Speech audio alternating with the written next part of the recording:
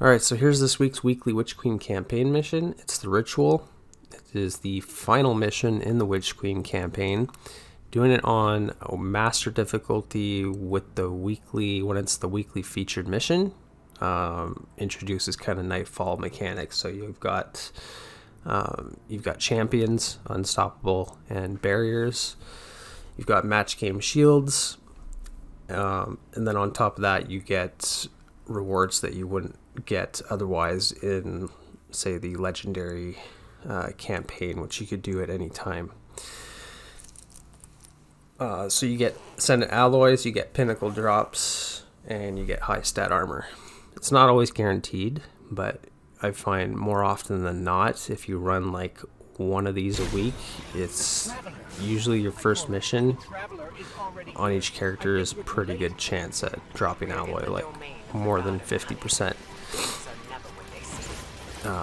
I didn't get a drop at the end of this, which was a bit unfortunate because I've been trying to do this solo flawless mission for the past 3 days. So when I finally beat it, I didn't even get an alloy, but that's okay. I already have like a whole bunch in my postmaster because my inventory is full. You know, I'm good on Ascendant alloys. The biggest hurdle with crafting in materials is resonant alloys, not the Ascendant alloys.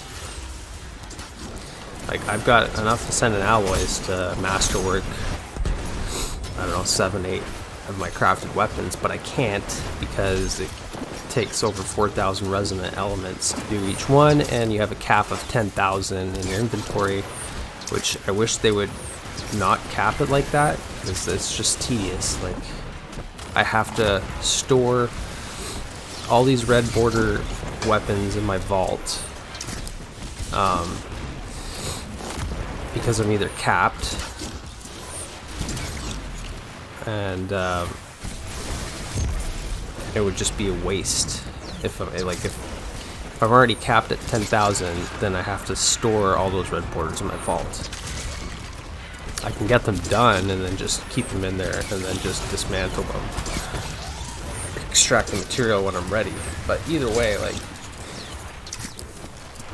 I think it's 300 resonant elements per red border weapon that you get, and you need over 4,000 to masterwork one weapon. So it means you need like, what, 12, 13 red border weapons to level and extract the materials from in order to masterwork one crafted weapon.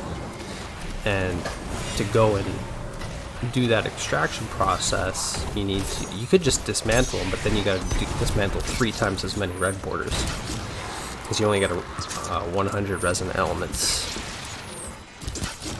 per dismantled red border weapon, whereas you get 300 if you completely tune the progress and then extract.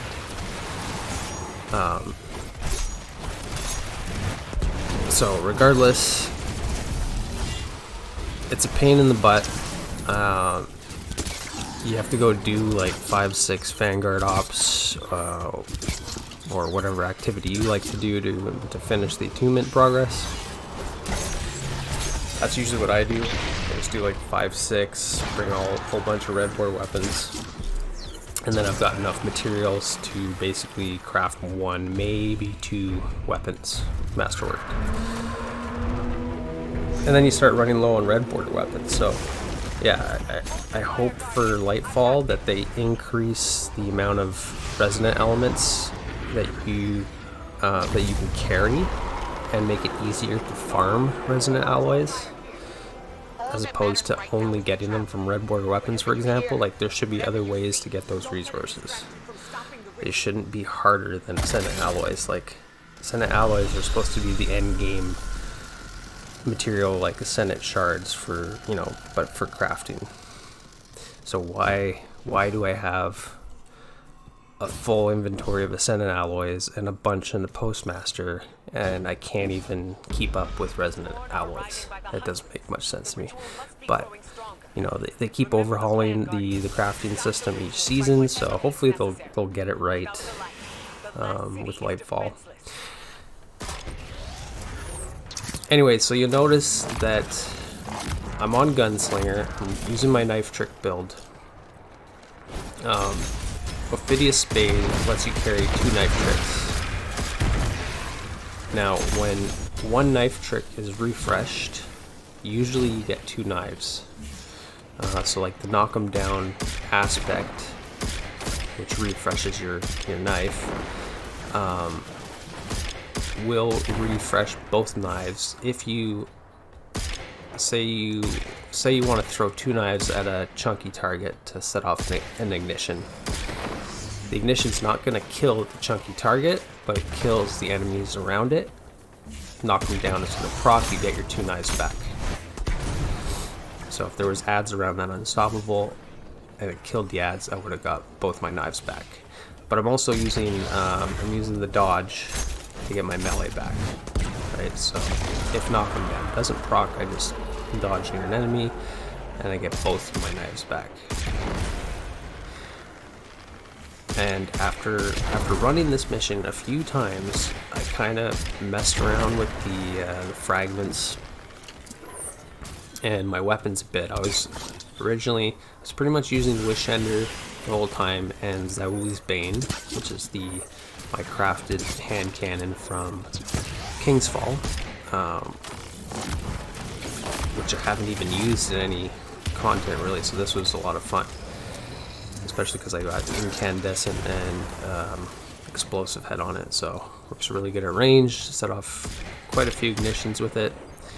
I don't know if I did on this video, but there was a few sections where I got kind of an ignition chain going with Zaouli's from super far out. But anyways, so on my heavy I was running Arc, I was running Storm Chaser, and the reason for that is there's quite a lot of arc shielded knights throughout the mission. And you've got solar shielded wizards, right? So you just need solar and arc basically. But I wanted to take full advantage of stacking Radiant with Font of Might. So I ended up ditching Storm Chaser. I put on my Cataclysmic, and I got rid of Striking Light with Elemental Charge, and I replaced it with Font of Might, and it might have been Bountiful Wells or Elemental Armaments. So basically, I gave up a bit of damage resistance while sprinting, which is really good in the against SAVATHUN, because you're constantly moving around trying to dodge her attacks, and like it's a mobile type fight. So Striking Light is very good for that, but I wanted to see if I figured I could probably do it just fine if my movement is on point, and if I basically just read SAVATHUN correctly. If I was reading her attacks, then I can, use the right type of movement and evade and survive that way. And it ended up working out. But this is one of the longest missions I've done. Unfortunately, I think I 5-phased SAVATHUN, which it's a lot easier to 1 or 2 phase SAVATHUN on the Legendary campaign than it is on the Master Weekly. But a lot of that is RNG. So you'll see when I get there, but basically you have to enter SAVATHUN's bubble in order to damage her properly. And she tends to sometimes just go so far away that you can't enter her bubble, at least not from a good piece of cover. And then other times you'll get lucky and you'll just be in the bubble the whole time. So while you've got the Thread Cutter buff, you can do damage for the entirety of the buff. I didn't get lucky on any of the damage phases. I missed a couple blade barrages due to her like moving out of the way. So it's a bit long because of that, but it is what it is. But back to what I was gonna say about switching to pure solar. You're like, well, how are you gonna deal with the arc shielded knights? You don't have Arbalest. Well, you've seen what I've been doing. One ignition will break their shield, and given how easy it is to get my knife trick back, as long as I know I've got 1 or 2 knives and a dodge ready, I can go in and I can take care of any arc shielded knights. Usually, you know, 1 ignition and then a couple of shots with my weapon will take care of it, or I could just, you know, do double ignitions.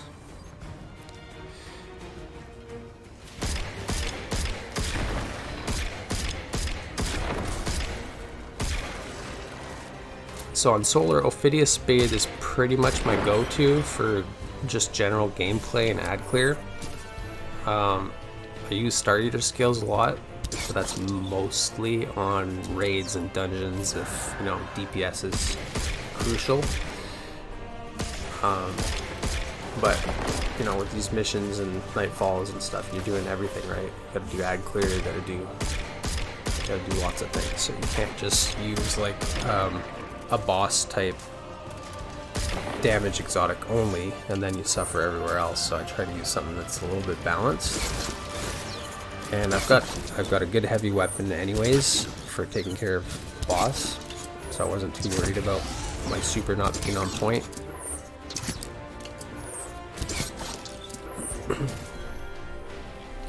But I will say that they said they were going to nerf Blade Barrage at the start of the season, I think. And it feels like they did nerf it. I think they said it was going to have fewer blades.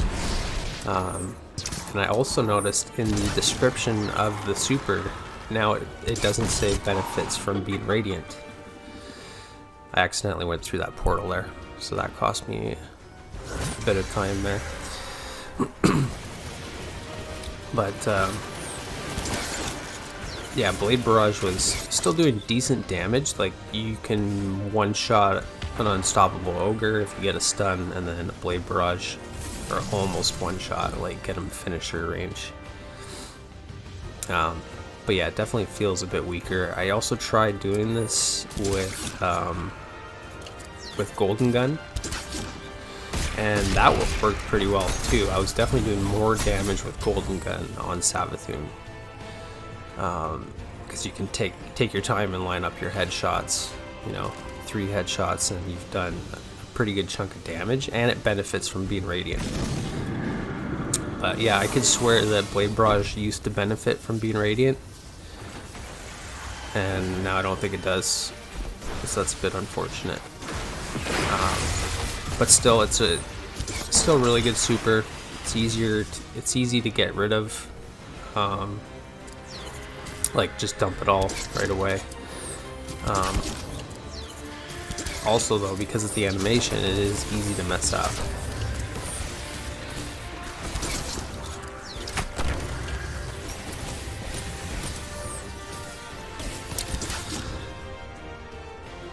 And then, so as far as my Cataclysmic goes, I only have one that I've masterworked.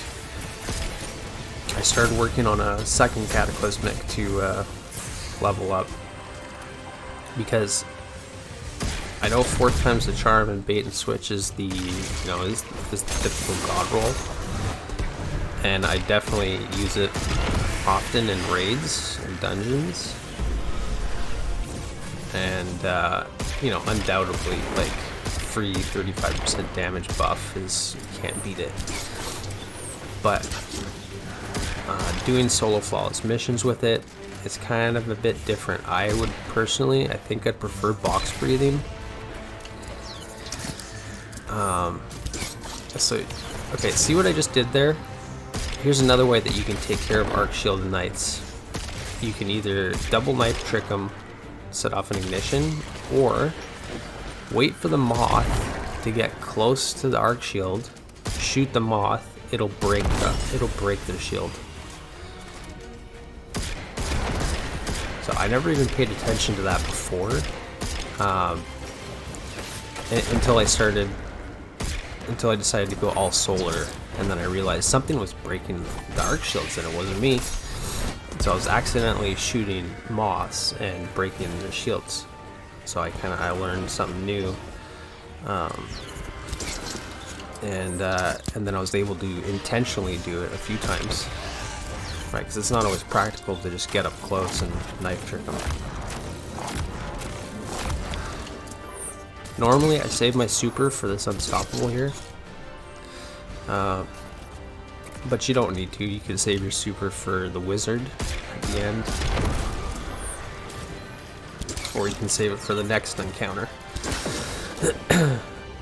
But I am using hands-on, so you know, if I really want to farm my super back fast, then all I gotta do is just run around and knife trick everything. But back to what I was saying about Cataclysmic, I would have preferred for this mission box breathing, because if you're running one copy of Font of Might, that gives you 10 seconds of 25% weapon damage. So as soon as you pick up that well. Now, proccing bait and switch, if you hit your shots, it's gonna take a couple seconds because you gotta go through all three weapons. So if you're gonna, like, if you want to stack bait and switch, excuse me, with Font of Might, either your timing needs to be like perfect and you need to save the solar well until you've procced it and then pick it up, which is a pain, as if it's already not a pain enough to execute Font of Might, or bait and switch, but you gotta do both. It would just be much easier to pick up a solar well and then shoot the enemy and not have to worry about proc and bait and switch. Then you can use the full 10 seconds of Font of Might. Mind you, if you're going to use box breathing the entire time, you're going to do less shots overall. So it's really, I guess it's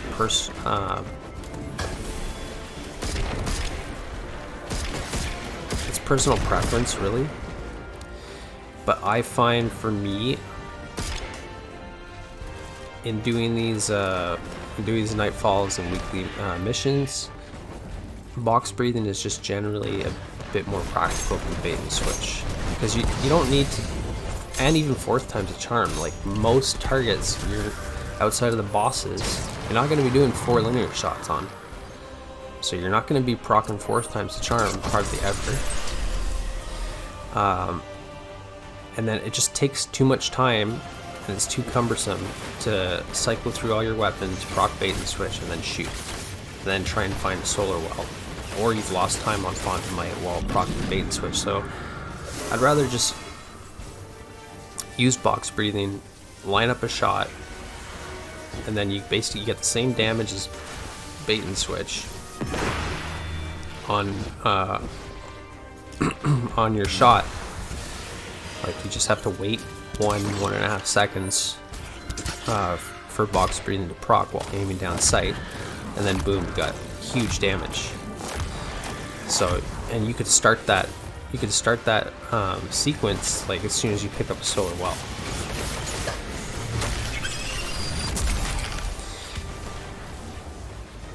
And also, Cataclysmic is a precision-based weapon. So I find box breathing works well on precision weapons because it kind of forces you to line up your crit. Yeah, so I started crafting. I almost switched my perks out, and then I was going to level up my second Cataclysmic and put put bait and switch 4 times on my second one, but that would have been a waste of 2 alloys and a waste of 4,000 resonant elements. So I just did this mission with bait and switch, which is okay. But for the next time around, and for future missions where I'm using the solar linear, I'm probably going to be using box breathing on Cataclysmic.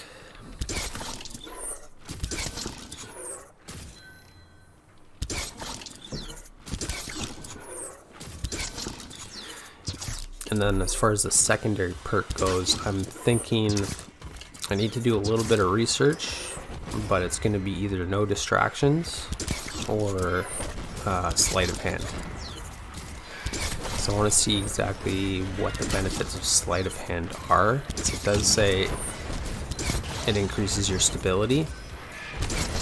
Like if you get kills with your other weapons while Cataclysmic is stowed, then when you switch to Cataclysmic, you get a whole bunch of stats, like stability, reload, etc.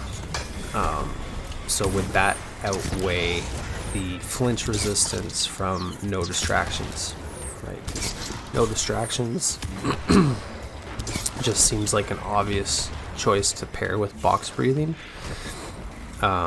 because while you're aiming down sight for a second,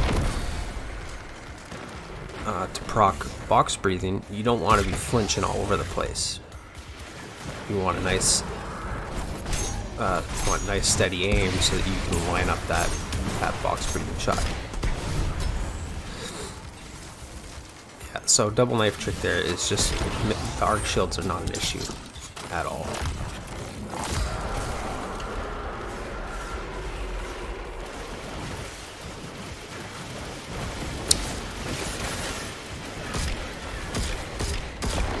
See, and then Cataclysmic already does like a ton of damage just with Font of Might.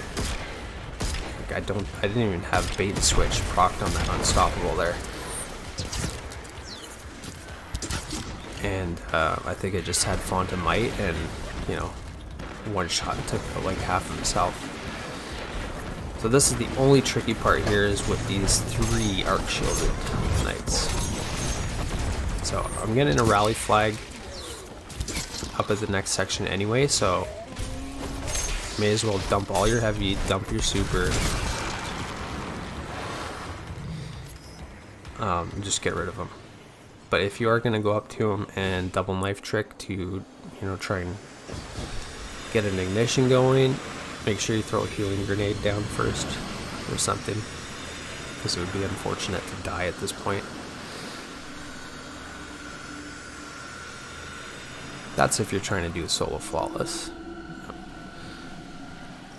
Most people probably aren't, but I'm just doing it to challenge myself.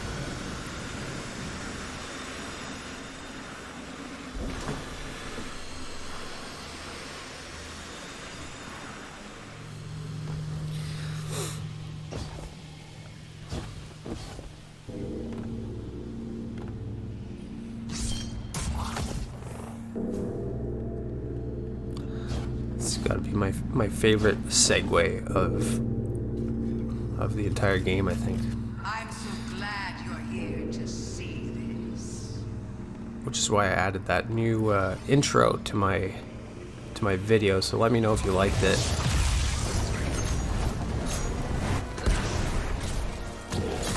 So, like I said, I wasn't sure if it was just a typo or what, if this Blade Barrage benefit from being radiant or not. So I wasn't here to test it really. Figured it might not work, but I may as well just get radiant and then Blade Barrage anyways, just to be safe. Plus it doesn't hurt to throw 2 knives and set off an ignition.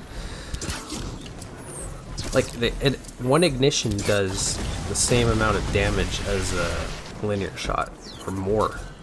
It does it's like 2 linear shots. And 2 knife tricks is like, they're like 13,000 damage a piece. The ignition is 90,000. I am using solo operative, so I've got a bit of extra damage because of that. But I also did this without solo op, and the ignitions were 78,000. So with solo op, 90,000. That's a huge amount of damage.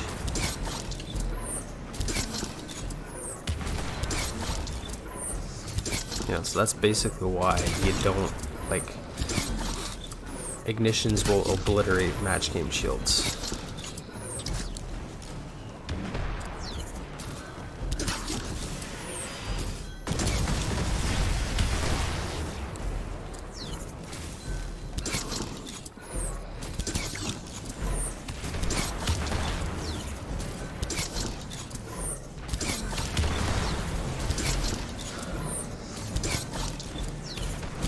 So this fight here can be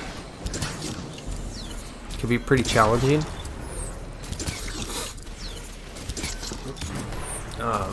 I always go to this left room first because as soon as you damage SAVATHUN enough, an unstoppable spawns on the left.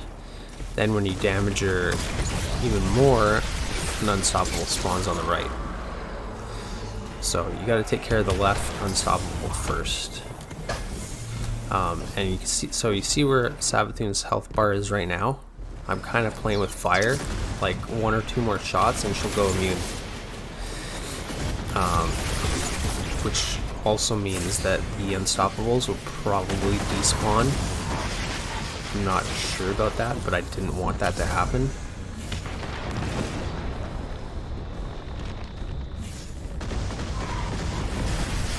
I thought I might have been dead there.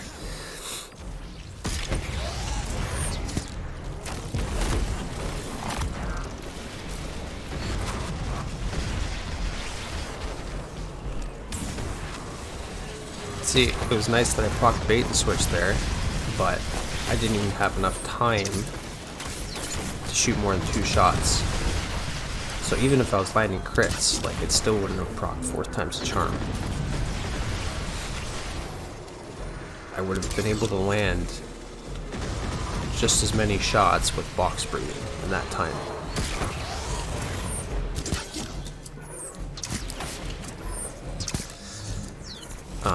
But yeah, so if you want platinum rank, then I would suggest probably taking care of these unstoppables before you make SAVATHUN go immune.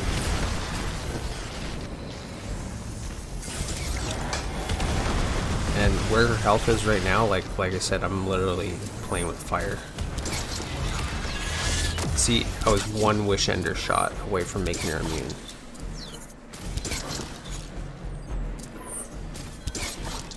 Although the other ads didn't despawn, so it is possible that the unstoppables would remain. But do you want to deal with 2 unstoppables along with 3 light bearers? Because that's this next sequence, right? SAVATHUN goes immune, and then you've got 3 light bearers to deal with: the wizard, the warrior, and the acolyte. This can be super tough. The acolyte is the easiest to deal with.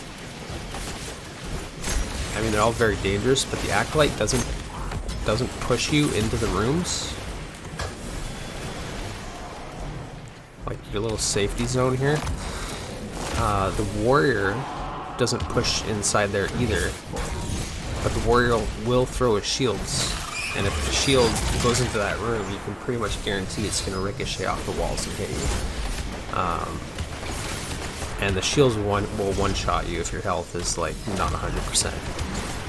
Definitely 2-shot you easy. So, also he throws grenades, suppressor grenades. And same deal with the suppressor grenades. So the warrior is super deadly, especially when he's got a super popped. The light bearer, the wizard, is also deadly because she'll push inside the room. And when she's got her super, she's like doing some chaos reach type stuff on you. She's throwing pulse grenades. She's pretty nasty. So if you hang out on the right side after you take care of the unstoppable, finish SAVATHUN, try and melt the wizard right away because she's the closest. She's always on the right. warrior is always in the middle. The acolyte's always on the left. So it's almost like the game knows the order of which is hardest to least threatening to deal with. Fight, run, fight, run. Because if you found yourself on the left room first, Don't you ever get tired of it? then you're just giving the warrior and the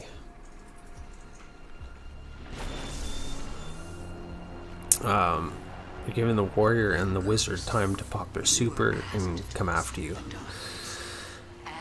So it's definitely better to be on the right. Asked to defy the will of the traveler. My ghosts make no concessions. We serve the traveler's true interests. No concessions. How stupid. So hopefully the quality of this video is okay. I actually did this gameplay on the PC, And the great disaster. and I'm using Vegas Pro, the video editor, which I have like no experience with, Never forget what happened to Sagira. To Osiris. I would die before I ever chose to help them. and OBS, which I'm not super experienced with, but yeah, so I'm hoping that the quality is going to be decent and the audio quality is going to be good. You have to let me know in the comments.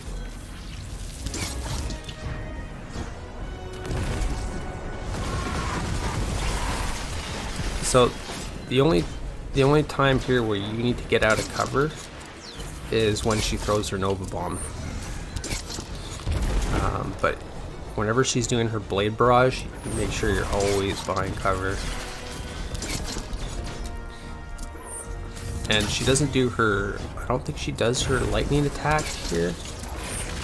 Oh, she does. But I think that can go through objects as well, so you gotta watch out for that. What do we do? We have to reactivate that portal to access the memory altar. Showing her the truth won't stop her, but we need to try.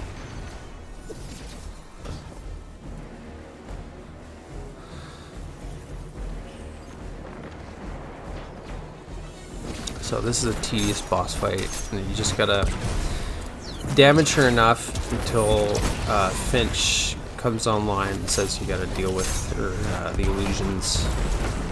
There's always two barriers here for this first initial phase.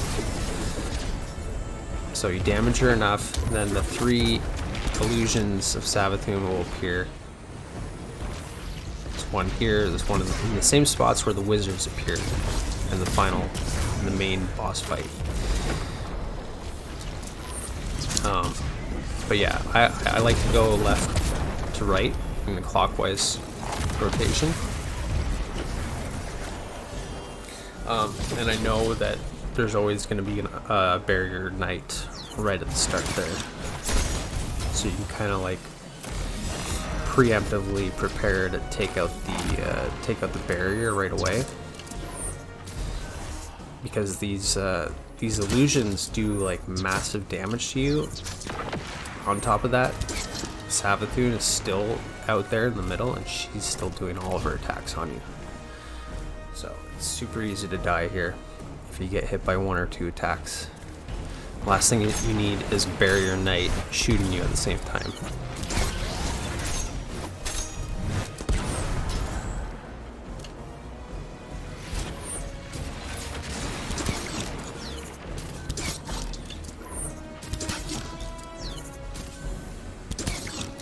Wish Ender is a really nice weapon to use on this mission, especially when Famine is the modifier.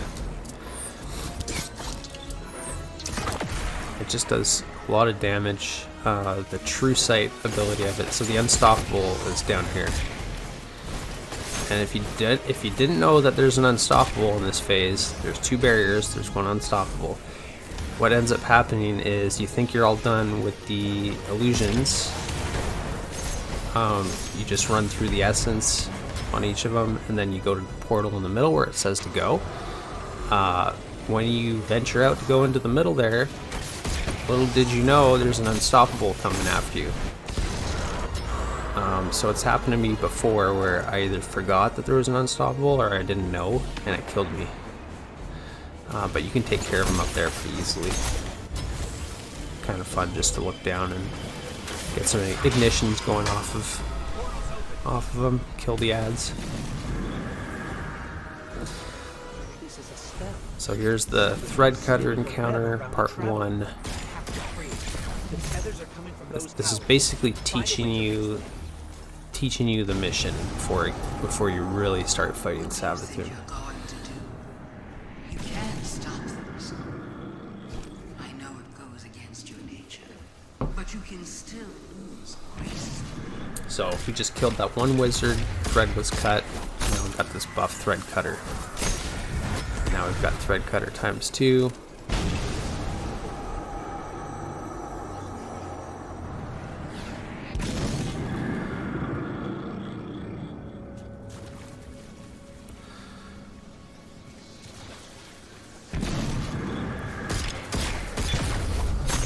Now we'll have thread cutter times 3. So when you go to fight Savathun, you know that when you kill the 3rd wizard, you'll have thread cutter times 3. That's your window of time to do damage to Savathun. Yes, you can damage her without thread cutter, but you'd be there forever because it's like hardly any damage at all. Thread cutter buffs your damage like massively. Will soon be claimed by the light. Unless we claim them first. What is this? How did you? We will tell the most cunning sibling of the Cataclysmic. The prophecy of great loss.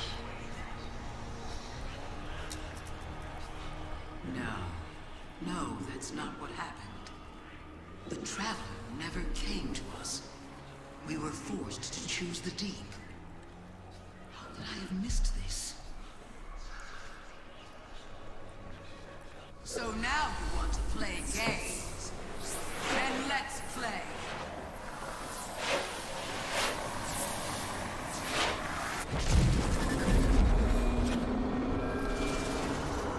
So this may be the last time we get to do this mission on a weekly modifier with champions and match game shields and weekly modifiers and stuff, which are the same as the Nightfalls. So I really wanted to do it because this is the last chance we'll get to do the ritual before season 20 for Lightfall. And then I imagine once we get Lightfall, then we'll be seeing Lightfall campaign missions on the weekly rotation, which will be fun and a new experience. I believe there's going to be a legendary campaign as well, so I may put up some of that, but I prefer doing these ones on the weekly rotation. I like the modifiers, I like how similar they are to Nightfalls. But yeah, so this might be the last chance to do this. So I kind of didn't want to do it because it's such a long mission.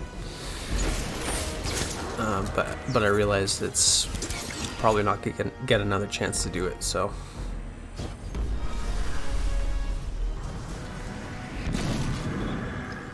The spell's almost broken.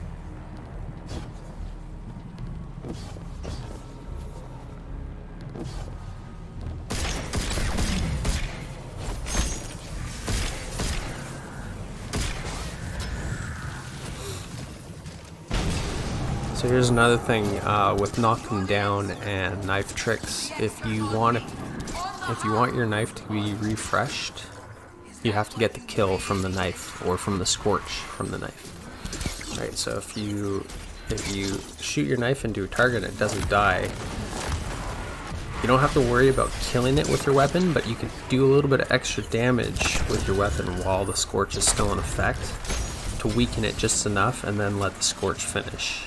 and then you'll get your knife back.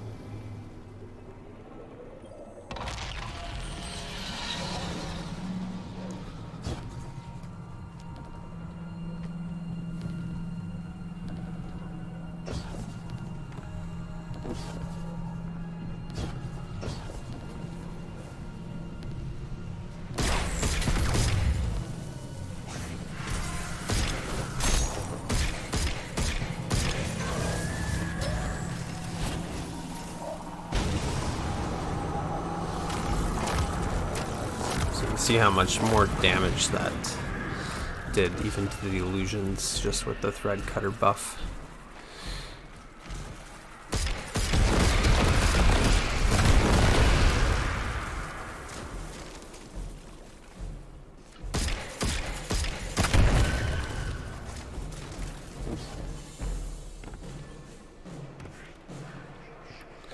I was a little bit worried that I glitched the game out there because I killed the last illusion before I got teleported back over here, and the memory wasn't showing up to grab, so I was afraid that I was gonna have to like restart. But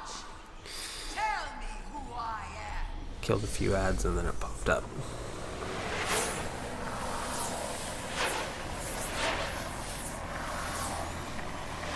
Alright, so now it's on to the real fight. You get a rally flag. That's why you don't have to stress about wasting your heavy in that last part.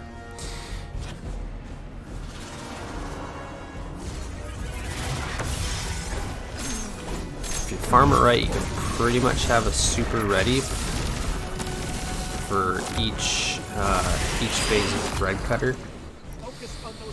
You just have to make sure you use your knife trick to get kills as often as possible. I think I had it for at least every other phase.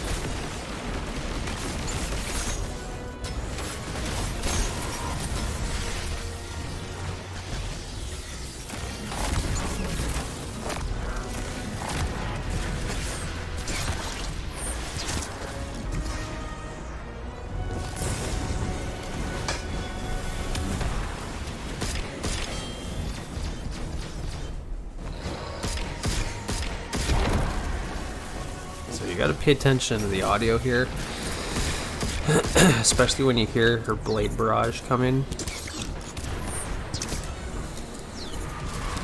Just make sure there's a piece of cover because certain sections of this parapet here, she can hit you.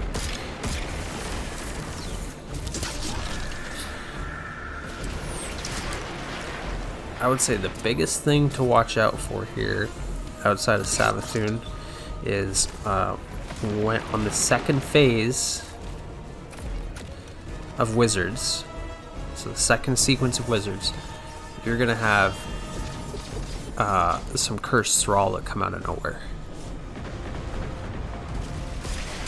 They usually don't start coming up until you're making your way to kill the last wizard, the last of the three. So be super vigilant on the second wave and you should be alright. But the thrall will come up from the left and the right.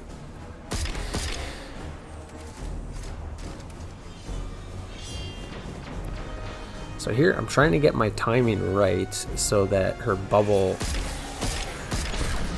so that she moves a bit closer to the left here so I can get in her bubble.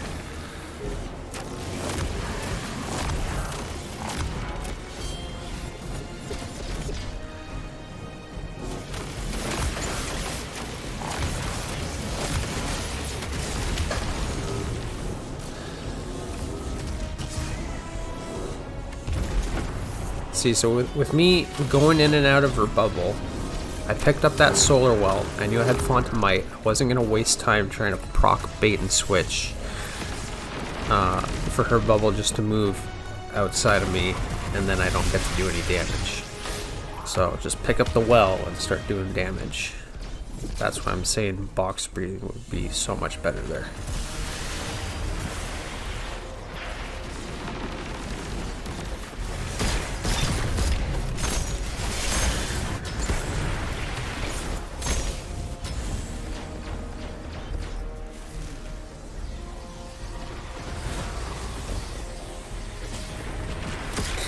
You could just as easily go counterclockwise. In fact, I think I actually prefer fighting SAVATHUN from the left, just down there.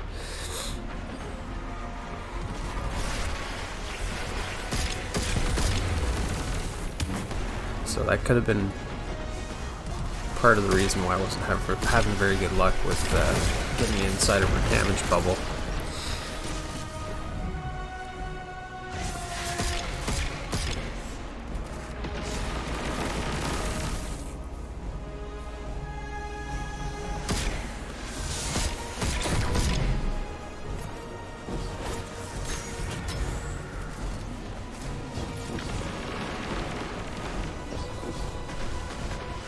So now I'm watching out for the Cursed Thrall.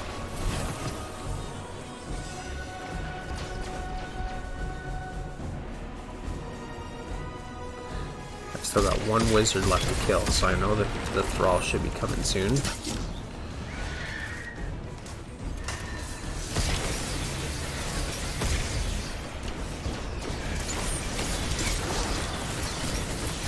I'm trying not to kill the wizard just yet, because I do not want to be starting to do damage on SAVATHUN without knowing where those Cursed Thrall are.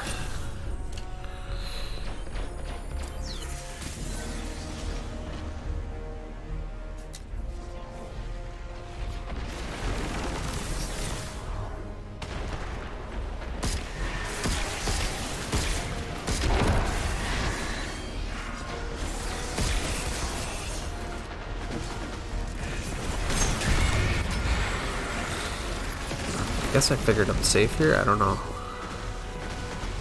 Oh yeah, and then I get a moth.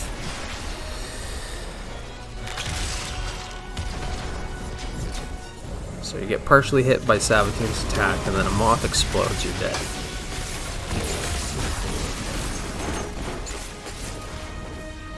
So I took a bit of a risk there, I knew I had a healing grenade.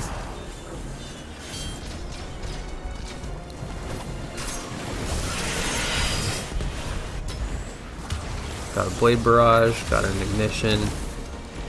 Be lucky if I can get a couple headshots. Got Fontamite. Okay, that's it.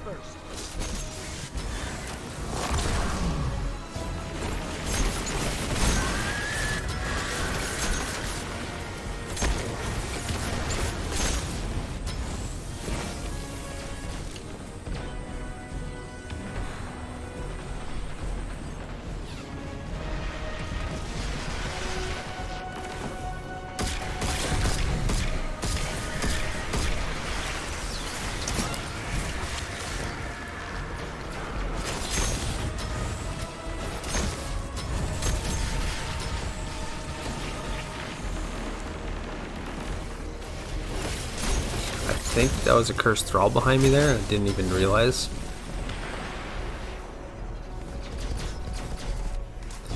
Yeah, so here's the wave of Cursed Thrall coming. There's gonna be a couple on the left, a couple on the right. Yeah, they're sneaky too, they just like to hide there. They don't rush you until you're not looking.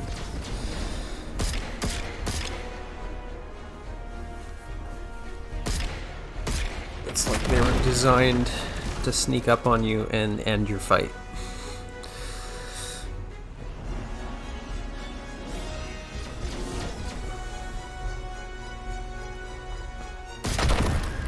Now, I've seen some people do damage to SAVATHUN up at the top of the parapet here, because you see how the bubble is actually over here. So even if it's because of the angle, like it basically takes the diameter of the bottom of the bubble. So obviously it's a sphere, right? So the diameter at the bottom on ground level is wider than at the top. So when you're at the top of the parapet, you could actually be inside of the diameter of the bubble without appearing to be, and you can actually do damage to her from the top. I didn't experiment with it here, but I've seen some people do that. And that would probably be a pretty safe option to do it from up there.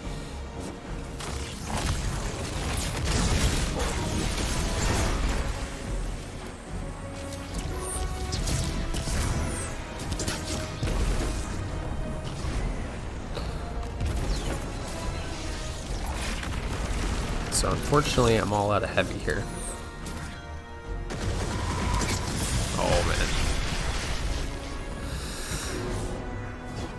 I probably should have been dead there.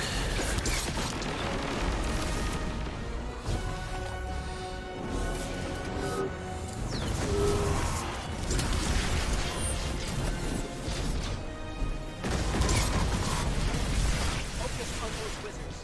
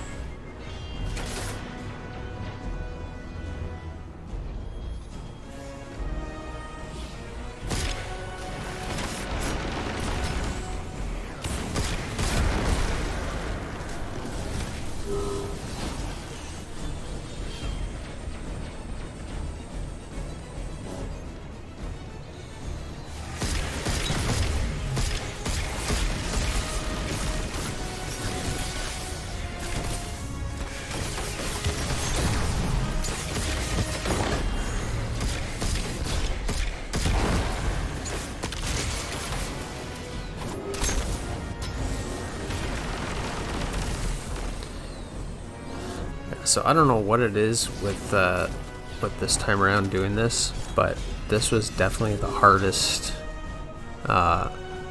one I've done. I don't know if they changed anything, but it just felt like I was dying much quicker, and SAVATHUN was being super stubborn. I wasn't able to do very much damage. Pretty sure on the last couple runs that I did this, I was able to at least 3-phase SAVATHUN.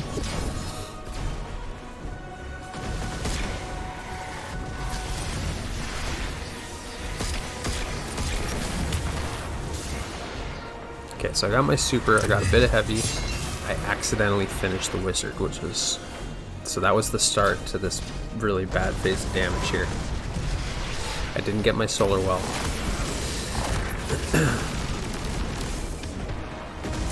And not only that, but because I'm using healthy finisher, I lost my super. I am able to get it back, but ideally I would have gone in with Fountain Might, fired a couple linear shots, and then super.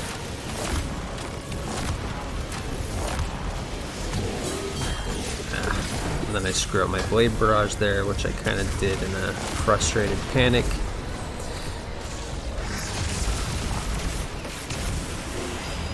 Wizards must be empowering her.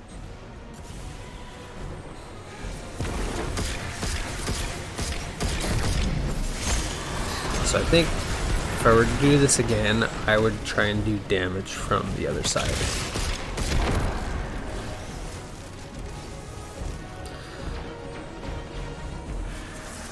That, or possibly see if it's possible to take care of all the ads down at the bottom, so that when you go to do your thread cutter damage to SAVATHUN, you could actually go down there and play the pillars for cover and not worry about the ads flanking you.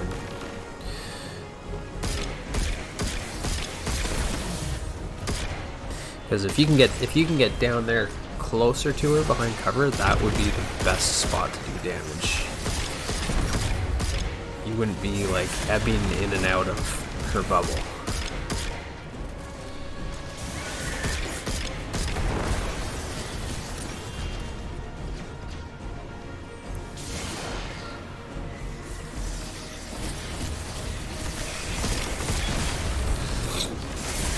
I think one of the reasons why I was so apprehensive about going down there was because I'd already gotten to this boss fight and died twice when she had about this much health left, because I got a little too aggressive and I went down there.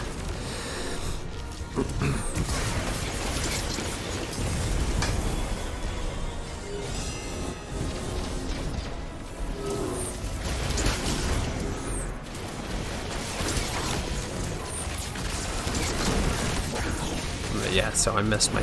She should have been dead here.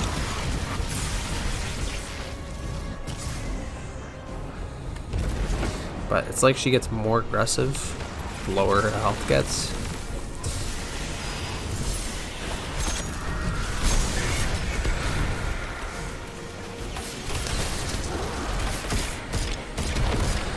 So one more phase of wizards, unfortunately. But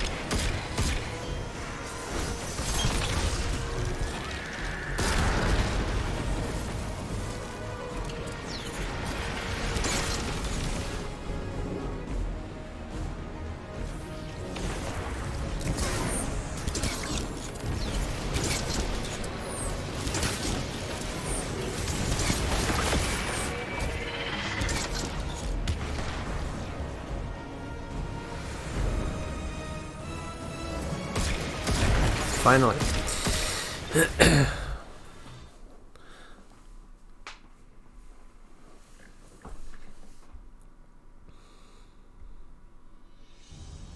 But yeah, I could definitely use some optimization on that boss fight, but hopefully that that run kind of showed you the how good knife tricks are with Ophidia Spathe. So did you. Setting off ignitions. Didn't set off that many ignition chains while I was doing these attempts, though. I did get off quite a few, which I recorded. I put one clip up on my channel. But yeah, definitely a fun build. So other than that, for next week, it's the Arrival, which is the beginning, start of the Witch Queen campaign again. I may do it, I may not. Probably be doing the Nightfall. But anyways, that's about all I have to say about this one. Sorry it was so long. Hopefully the quality is okay, given that the gameplay and recording was all done and edited on PC. You'll have to let me know. Other than that, I will see you in the next one. Take care. No.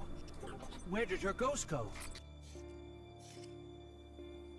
Guardian, I just got the message. The Traveler is back in the last city. Is it done? Is SAVATHUN... She's dead. But her ghost got away. Good enough. Hold your position. The Hidden are coming to secure the remains. Good work, Guardian. You did the right thing. Now what? Now, we prepare for the witness and stop the next collapse.